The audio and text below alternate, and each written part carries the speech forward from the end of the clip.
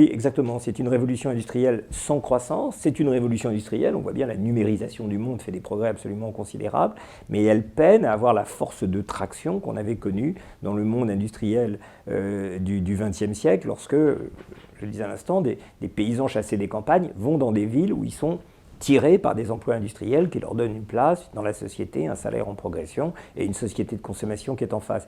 Ici, c'est une société, c'est un peu comme le terrorisme, ça frappe un peu à l'aveugle. On ne sait pas très bien quelles mesures prendre parce que tout le monde est menacé, mais on ne sait jamais exactement à quel moment. Donc tout ça crée une espèce de difficulté d'être dans cette société numérique.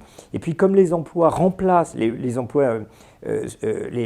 révolution numérique remplace les emplois qui sont devenus des routines, alors on n'est pas dans le même type de complémentarité qui pouvait exister auparavant avec la société industrielle. Hier, l'électricité avait rendu les ouvriers plus productifs. Donc il y a une complémentarité, c'est comme un effet de levier. Je te donne l'électricité, puis grâce à ça, tu vas pouvoir fabriquer plus de choses.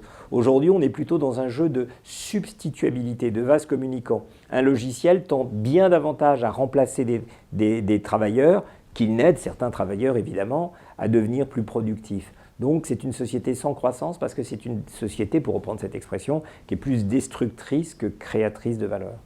Voilà, je pense que la France a beaucoup d'atouts. Il s'agit moins d'ailleurs, à mon avis, de chercher à retrouver de la croissance. Parce que quand on raisonne comme ça, précisément, d'une certaine manière, on appuie sur le bouton qui fait mal, on aggrave le mal. Si le moteur de la croissance moderne, c'est la tension psychique que subissent les ouvriers, on ne veut pas nécessairement plus de croissance. On veut un certain quantum de croissance, mais on ne veut pas nécessairement plus de croissance. Mais si on veut être tout simplement dans une société du bien-être qui soit capable de tirer tout le profit de ces nouvelles technologies, sans subir cette difficulté d'être qu'elle produit aussi, alors je crois qu'il faut qu'on aménage le cadre de la société dans lequel on vit. Alors pour revenir à la France, oui, bien entendu, la France a une tradition d'ingénieurs, de mathématiciens, donc qui sont tout à fait capables de s'insérer dans cette société numérique. La France a une tradition culturelle, une tradition artistique, mais le monde actuel, il est autant numérique qu'artistique, c'est justement ça qui le rend compliqué, c'est-à-dire qu'il faut être créatif dans le monde actuel.